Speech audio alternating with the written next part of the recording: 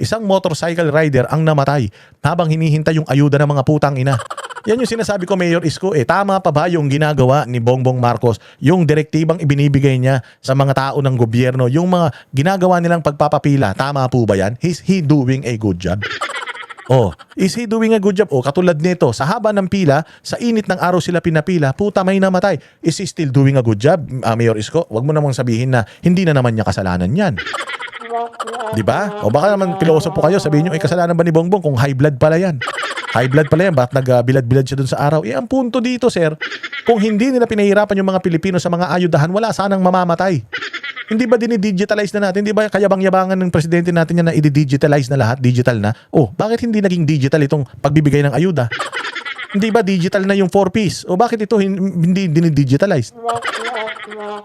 Bakit yung pag-loan sa SSS naka-digitalize? Merong ATM na binibigay ang SSS. O bakit dito wala? Yan ang sinasabi ko sa inyo Oh, so is he still doing a good job? Now, question yourself, Mayor Isko. Is he doing a good job addressing the issues of this country? The issue of Manila? Okay, yes. Let's exclude Manila. Is he doing a good job? Pag sinabi mo na, I cannot speak for the other country, the other cities, ibig sabihin, playing safe ka lang. Hindi ka makabayan. Imposible, hindi mo alam nangyayari sa Pilipinas. Imposible, wala kang Facebook, wala kang dyaryo. Hindi ka nanonood ng balita. Taga-bundok yarn. Yun lang. Buhay ang kapalit ng 5,000 pisong ayuda. 5,000 pesos, buhay ang naging kapalit. Magkano ang abaong? Magkano ang nicho? Magkano ang gagastusin mo sa lamay? O imagine, 5,000, pinatay pa yung... Sabi ko nga, noong panahon ni Pangulong Duterte, ang namamatay kriminal. Pero ngayon, ang namamatay yung mga pinapahirapan nila ng mga Pilipino na walang kasalanan sa bayang Pilipinas. Ganyang kasatanas ang gobyerno ngayon, tapos sasabihin mo, is doing a good job. Tay ang isang motorcycle rider sa Quezon City habang naghihintay sa payout ng fuel subsidy. Narito ang Agenda Weekend Report ni Charmaine Abong ng Abante. Isang motorcycle taxi rider ang kumpirmadong nasawi habang kumukuha ng 5,000 cash relief assistance ng DSWD. Ayon kay Social Welfare Spokesperson at Assistant Secretary Irene Dumlao, nahimatay ang rider habang nakapila kahapon sa Quezon City Memorial Circle. Bahagi ito ng itinagdang special payout ngayong weekend para sa MC taxi at delivery rider sa NCR na hindi pa nakakakuha ng ayuda. Personal naman na nakausap ni Secretary Rex Gatchalian ang pamilya ng nasawi. Tiniyak naman ng ahensya ang tulong sa pagpapalibing sa rider at iba pang mga pangangailangan ng pamilya tulad ng pagpapatuloy sa pag-aaral ng anak nito. Samantala pa Yan yung tinatawag natin na the damage has been done. Proactive, hindi reactive. Why? Bagamat nilagay natin sila dito sa maraming puno, Quezon City Circle, malilim naman yan, pero mainit pa rin kasi yung kapaligiran, mga sir. Marami naman siguro tayong mga aircon facilities, di ba? Gastos na rin naman ng gobyerno, gumastos na ng tama. Ilagay natin sila dito, mainit din, walang kain, haba ng pila, walang tubig. Naku po, talaga naman madidisgrasya mga kababayan natin. Ngayon, si Rex Gatchalian, nasa aircon kasi yan. Ang sarap ng buhay niya sa opisina niya. Oo, kaya ganito, yung mga nagbibigay ng pera, masarap din ang buhay dun sa mga tent na mga naka-aircon. Imagine mo, haba ng pila na yan. Sabi nila yung pila daw mula Quezon City Circle hanggang Fairview. Ganun daw kahaba yung pila na yan. Talagang madidisgrasya ka dito sa init ng panahon. Dapat yung mga ganyan, sabi ko nga, noong kampanya, nakakapagbahay-bahay kayo. Nung kayo ay binobola nyo yung mga Pilipino kung saan lupalop ng mundo nakakarating kayo. Bakit ngayon, hindi nyo kaya magbahay-bahay para magbigay nitong mga ayuda na ito? Magastos? Magastos pala, pucha, huwag kayong magnakaw. Mga kawatan kayo Tapos sasabihin nyo, nagtitipid kasi tayo. Tanginan nyo, kami lang nagtitipid, kami lang tinitipid nyo kayo sa sarap ng buhay nyo. Tumigil nga kayo, libre gasolina ninyo, bodyguard kayo, libre kain ninyo, mga ulol. Tapos yung mga taxpayers, papipilahin nyo dyan sa init ng araw. Dapat yung mga opisina ng mga taga-gobyerno, nasa atirikan ng araw Yung Congress, yung session ng Congress, dapat walang bubong Para maranasan nila kung gaano kahirap ang buhay ng mga Pilipino. Ang lalamig ng aircon dyan, kaya mga naka-Amerikana mga ulol na yan Ilagay mo sila dyan sa gitna ng EDSA. Doon sila mag-opisina. Putang ina para malaman nila kung gaano kahirap mga Pilipino. Yang Senado, ganun din, tanggalan ng bubong yan. Pag nagdidebate sila, nagpe-plenaryo sila, dapat nandoon sila sa quadrangle. O para makakita nila kung gaano kahirap ang araw-araw nararanasan ng mga Pilipino. Hindi sila, sarap ng buhay nila, aircon sila mula umaga hanggang gabi. Tayo nagbabayad ng mga kuryente nila, tas tayo walang pambayad ng kuryente. Sipin nyo yan. Di ba? Alauna pa lang kaninang madaling araw, nagsimula na ulit pumila ang mga riders sa labas ng QC Circle para sa second day ng special payout. Ayon sa QC Traffic and Transport Management Department, alas 5 ng umaga na sila pinapasok sa loob at nagsimulang pamimigay ng ayuda alas 7 ng umaga. Para sa rider na si Vinir Eringco, bukod sa init ng panahon, mahabang pila ang kanilang tinitiis para ma-verify ang kanilang pangalan.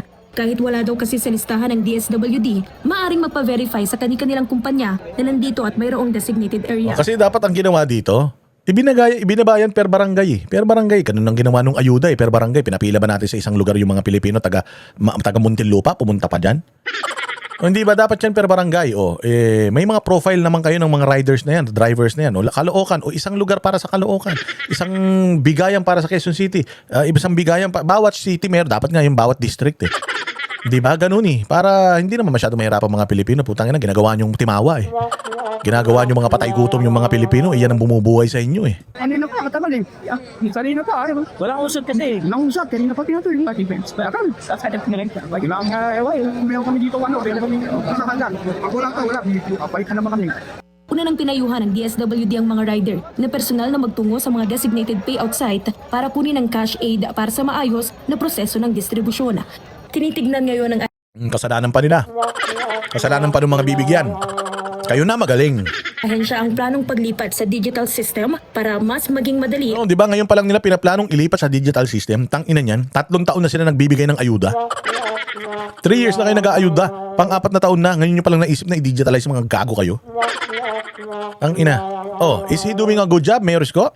Is Bongbong Marcos doing a good job? Huwag mo sabihin na hindi naman niya kayang manduhan. Hindi yun.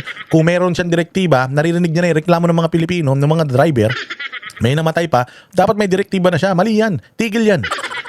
Kasi nga, di ba ikaw na nagsabi, maganda naman yung sinasabi ni Isko nung nakaraan na, maganda naman yung ginagawa ni Pangulong Duterte noon. Ngayon magpaplano, bukas implement na kagad.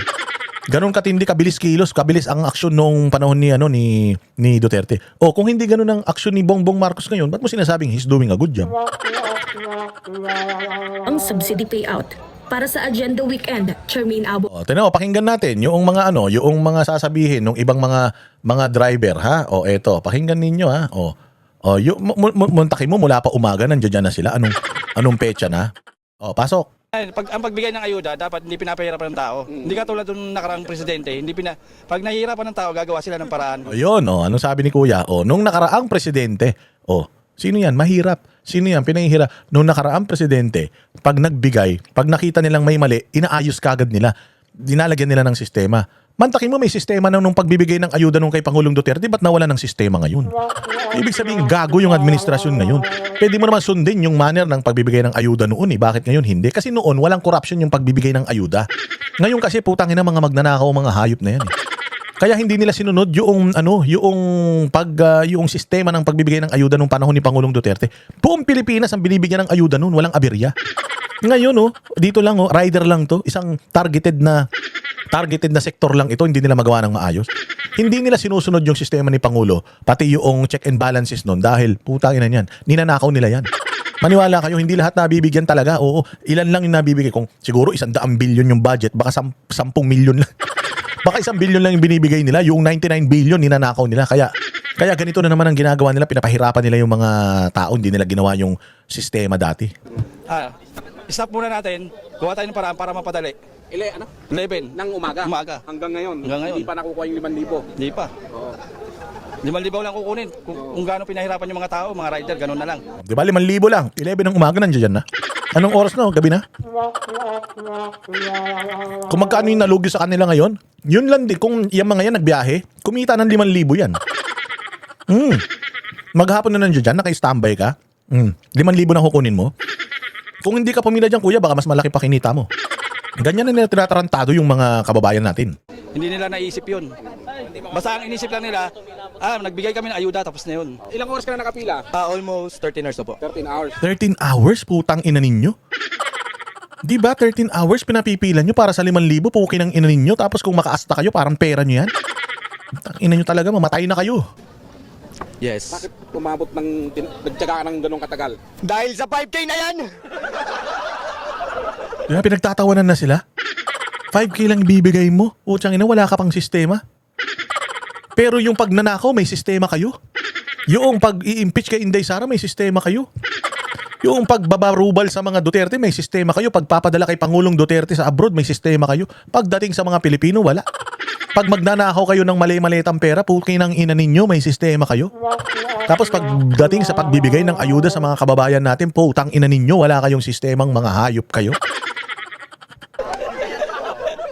GCash, online wallet, Para walang pila. para walang pila. Oh, maganda yung sinabi ni Kuya kasi tinan mo ha. Lahat yan may GCash. Kung ako rider ako, Angkas, Grab or anything, o Lalamove, may mga GCash yan, di ba? May app yan, tapos may GCash sila. So ibig sabihin, sa database ng Angkas, nandoon yung mga GCash numbers nila. Bakit hindi na lang i-GCash? Gamitin na lang kung ano yung meron na listahan sa mga transportation taxi app. Yung GCash nila, doon na lang ipadala. Kailangan pa nilang pumila. Eh kung sino naman yun nandoon sa app, siya naman yun. Hindi naman 2 tao yun. Tanginan yan. Bobo talaga eh. Para walang naghihintay dito ng mga tao.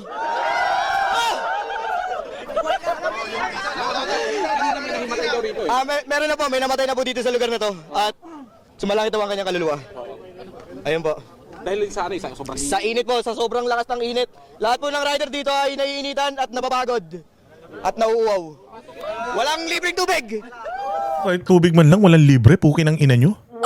Pero ang mga tubig nyo sa bahay, mga naka-Evian pa kayo, mga buwaka ng ina nyo.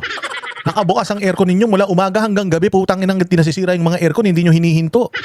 Putaragis kayo talaga. Tapos ito, pinahihirapan ninyong mga kababayan natin. Tang ina nyo, pakyo kayo. Mga hayop talaga kayo. Anong oras kayo pumila? Alas 6 po ng umaga. Tapos, alas 12:30 ng gabi, Ngayon na kami na-releasean. Alas 12:30 ng madaling araw lang narilisan. Tang ina niyan. paano bang bakit umabot ng ganito kahaba? Eh medyo mas mabagal yung proseso natin ngayon eh. Oo. Mabagal talaga yung proseso. Tapos yung ang napakasakit pa doon, may namatay pa isa. Pero napakasakit doon. Isa sa kasama namin na namatay. Tinatake. Wala. Mabagal talaga yung proseso sa loob. Wala. Mabagal. Tapos, biro mo, alas 6 pumila. Ngayon lang nakakuha. 12:30 na, di ba?